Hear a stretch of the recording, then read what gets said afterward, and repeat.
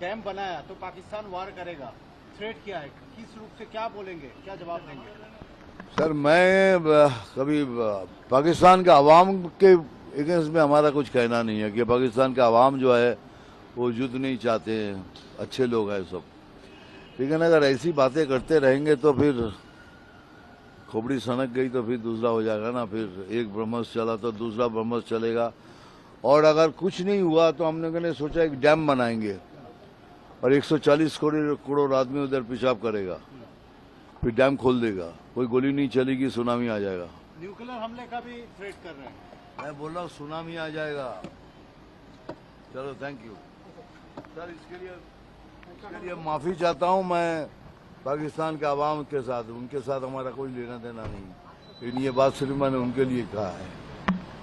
आपने देखी है इंडियन अदाकार मिथुन चक्रवर्ती क्या स्टेटमेंट दे रहा है। एक तरफ कह रहा है कि हमारा पाकिस्तानी अवाम के साथ कोई लेना देना नहीं है, वो जंग नहीं चाहते, और दूसरी तरफ कह रहा है कि हम दिमाग सटक गया तो हम इनके ऊपर एटम बम दे मारेंगे। और फिर आगे चल फिर कह रहा है कि हमने फैसला किया हम एक डैम बनाते हैं जिसमें सारे इंडियन जो है वो यूरिन करेंगे, पेशाब करेंगे, जब वो भर जाएगा तो फिर वो खोल देंगे और पाकिस्तानी जो है वो डूब जाएगा। आप सोचिए इन हरामजादों की गुफ्तगू को कि जो पेशाब से शुरू होती है पेशाब पीने पे ख़त्म होती है, गोबर से शुरू होती है गोबर खाने पे ख़त्म होती है। तो दिमाग तो इनका वैसे ही सटक चुका है, दिमाग तो है ही कोई नहीं। अगर दिमाग होता तो ये उल्लू के पट्टे गोबर खाते या पेशाब पीते। और फिर देखें कि इसका हल्का अहबाब था, यहाँ पे लोग इसको पसंद करते थे, मगर इस शख्स का ऐसा कोई इसका जो या तो इसको कोई चक्कर आए हुए हैं या इसने ज़्यादा पी लिया है या इसका दिमाग ख़राब हो गया हरामज़ादे का, कि वो 14 अगस्त आ रही है, यौम आज़ादी आ रहा है और उससे कबल उसने इस तरह की स्टेटमेंट दी है।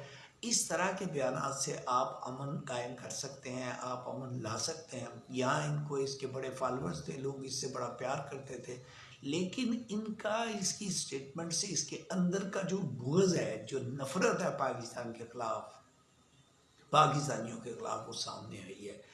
यस, ऐसे लोग जब तक मौजूद है तब तक कोई अमन कायम नहीं हो सकता। अभी चंद दिन कबल इनको छितर पड़े हैं, पूरी दुनिया में जूते पड़े हैं इनको।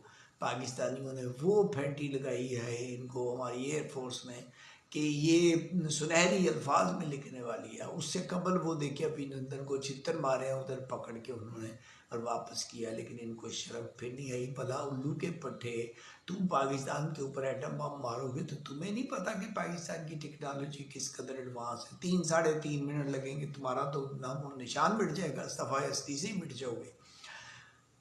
तो मैं कहना ये चाहता हूँ कि हमारा जो दुश्मन है वो हर लिहाज से हमें नुकसान पहुँचाने की कोशिश में है, चाहे वो ज़हनी तौर पे, नफसियाती तौर पे, या चाहे वो हमारा मुआशी तौर पर नुकसान करे। ऐसे ही इन लोगों ने बलूचिस्तान में और पूरे मुल्क में जो है वो अपने किराए के कातिल भर्ती कर रखे हैं, जो यहाँ पे दहशतगर्द की कार्रवाइयों में मुलव्वस हैं। आप इनकी ज़हनियत से अंदाज़ा कर सकते हैं कि ये किस कदर पाकिस्तान के ख़िलाफ़ है।